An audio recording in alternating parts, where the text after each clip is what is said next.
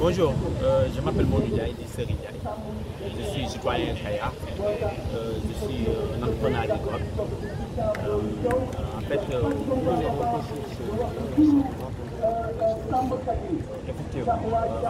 Aujourd'hui nous sommes ici à Kayar pour éventuellement alerter l'opinion nationale et internationale sur l'utilisation de permis de recherche octroyé à une société étrangère, à une société, disons, une société écran, AIG, qui s'appelle African Investment Group, qui s'active dans l'exploration des matériaux lourds au niveau de Kayar. Et c'est ça la raison pour laquelle nous sommes vraiment, nous avons organisé cette grande mobilisation pour éventuellement alerter l'opinion nationale et internationale sur cette organisation qui a des risques néfastes sur l'activité économique et sociale et le bien-être des populations. Que voulez-vous exactement dire?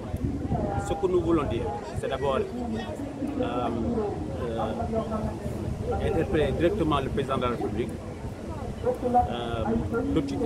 de retirer le permis de recherche octroyé à des firmes étrangères qui utilisent des subterfuges en utilisant des sociétés écrans qui veulent venir au Sénégal. On leur donne des permis de recherche, des concessions, ils trouvent des minéraux au niveau des zones d'exploitation et aussi de l'habitat pour éventuellement les vendre à des multinationales étrangères qui, au demeurant, peuvent perturber la stabilité sociale du Sénégal et des habitants, des autochtones, surtout au niveau de la zone des Niayes. Tout à fait.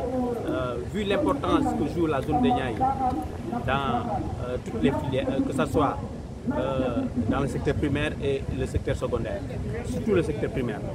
Parce que si on prend le secteur primaire, l'agriculture joue un rôle très important, surtout l'horticulture, dans l'économie nationale au niveau de la zone des Niayes. La zone des Niayes est un grenier d'emploi volontariste.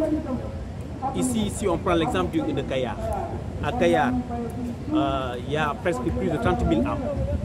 Et pendant la campagne agricole qui débute, qui dure presque 10 mois, la population double. Ce qui fait que les autres habitants qui sont dans les autres régions, qui ont seulement 3 mois de culture, après les 3 mois de culture viennent ici au niveau de la zone des Niayes, plus particulièrement à Kayar, pour trouver de l'emploi décent. Et ils sont très bien payés.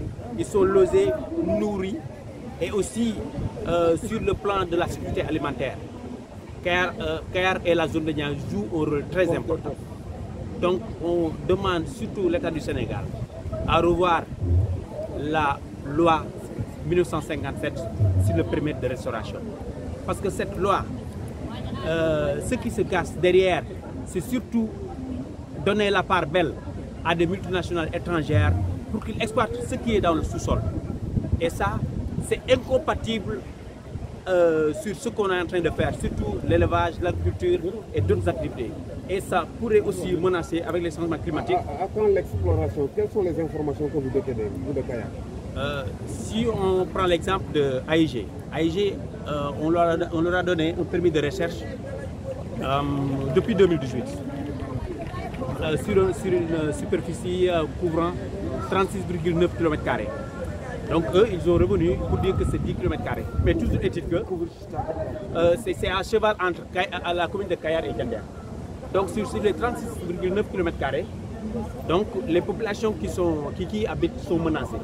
Parce que, comme je l'ai tantôt dit, la loi 1957 ne permet pas, les permis de restauration, les gens qui y vivent n'ont pas de droit réel sur leur terre. Donc, comme le président de la République, comme il a toujours dit, la zone de Niayes doit être protégée, donc il doit joindre l'acte à la parole, c'est-à-dire faire un décret pour protéger la zone de Niayes contre toute spéculation foncière. Je disais que ces temps-ci, vous êtes en train d'alerter, c'est la 3e fois, le maire a parlé, vous avez parlé la dernière fois. Est-ce que vous avez des informations sur à quand le début de l'exploration? Ils ont commencé. L'autre jour, on a immobilisé deux voitures de AIG, parce qu'ils étaient dans les sites pour faire des prélèvements. On les a, ça dit qu'ici à Kayar, les gens sont très matures. C'est pourquoi il n'y a pas eu de mort d'homme. Mais si on arrête l'opinion nationale et surtout les autorités étatiques de prendre les dispositions nécessaires pour que de pareilles choses ne se reproduisent plus. Sinon, les populations qui sont là sont déterminées et ils vont faire tout pour contrer cette situation. Et on ne l'acceptera jamais. Il faut que l'État du Sénégal revienne à la raison. Parce que ici, gouverner, c'est surtout avoir des choix. Soit c'est le choix du développement devrait surtout être accentué sur le secteur primaire et aussi accompagner ces acteurs à avoir beaucoup plus d'autonomie, leur permettre d'avoir beaucoup de productivité pour éventuellement tendre vers le secteur secondaire, c'est-à-dire mettre en place des unités de transformation. C'est ce qui permet de mettre le Sénégal sur l'orbite de l'émergence. Mais les mines ne profitent qu'à des intérêts étrangers, plutôt, donc des multinationales étrangères qui sont mieux que pour les intérêts crypto-personnels. Je vous en prie. Vous appelez le nom? Modou Ndiaye, Isteria. Je suis membre de beaucoup de jeunes d'organisations au niveau de la